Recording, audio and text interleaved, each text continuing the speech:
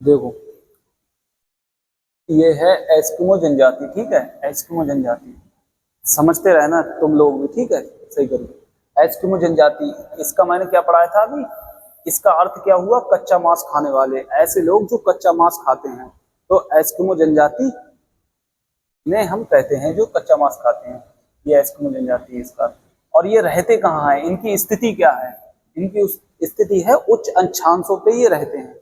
ठीक है, यानी 0 डिग्री से ऊपर के लिए ये जाओ तो उच्च अक्षांशों पर ये रहते हैं। उच्च अक्षांशों पर ये कौन कौन से देश हैं जहां ये रहते हैं, तो ये हमारे उत्तरी अमेरिका में अलास्का है, ठीक है, यहाँ बीच में यहाँ क्या है, उत्तरी कनाडा है, और ग्रीनलैंड ये द्वीप है हमारा, ग्रीनलैंड, ग्रीनलैंड पर ये रहते हैं, ग्रीनलैंड के तटों पर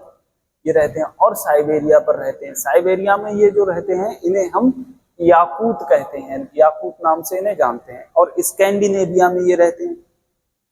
ठीक है, स्कैंडिनेविया में ये रहते हैं, स्कैंडिनेविया में इन्हें लेप्स बोलते हैं। तो ये हमने इनका देखा स्थिति कहाँ ये रहते हैं। साथ ही साथ ये हम देख रहे हैं कि ये आखेट करते हैं, तो शीतकालीन आखेट इनकी जो होती है, शीतकाल में जो आखेट कर रहे हैं,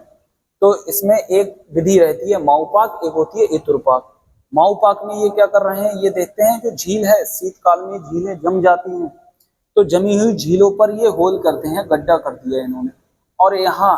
इससे ये क्या है, हाथ में जो इनके भाला है, इसे ये कहते हैं हारपून, ठीक है, ये देखो हमने यहाँ बताया हारपून, ये इस तरह का कुछ दिखने का होता है हारपून, इसी से ये शिकार करते हैं। इन्होंने यहाँ माऊपाक विधि में इन्होंने क्या कर दिया, झील के ऊपर गड्ढा कर दिया, और यहाँ कुछ मछली आती है जैसे बालरस है, व्हेल है, और शील है, सांस लेने के लिए आती है, जो फेफड़ों से सांस लेती है ये मछलियां, तो इनके लिए ये क्या करते हैं, इसी हारपून नामक अस्त्र से ये मार देते हैं, ठीक है, और इसी विधि को माऊपाक विधि कहते हैं। और ऐसे ही शीतकालीन की एक इतुरपाक विधि होती है, ठीक है, तो माऊपाक विधि को प्रतीक्षा विधि भी इसीलिए कहते हैं क्योंकि ये प्रतीक्षा करते रहते हैं मछली बाहर आने का, और ये मार देते हैं। फिर होती है इतुरपाक, ये भी शीतकाल की दूसरी विधि होती है, लेकिन सेम प्रोसेस इसमें यही होता है, इसमें भी ये गड्ढा करते हैं, और गड्ढा करने के बाद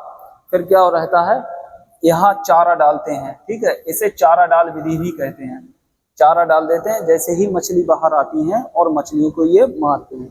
तो ये रहा इनकी शीतकालीन के 2 प्रकार, ठीक है, ये रहता है इनका।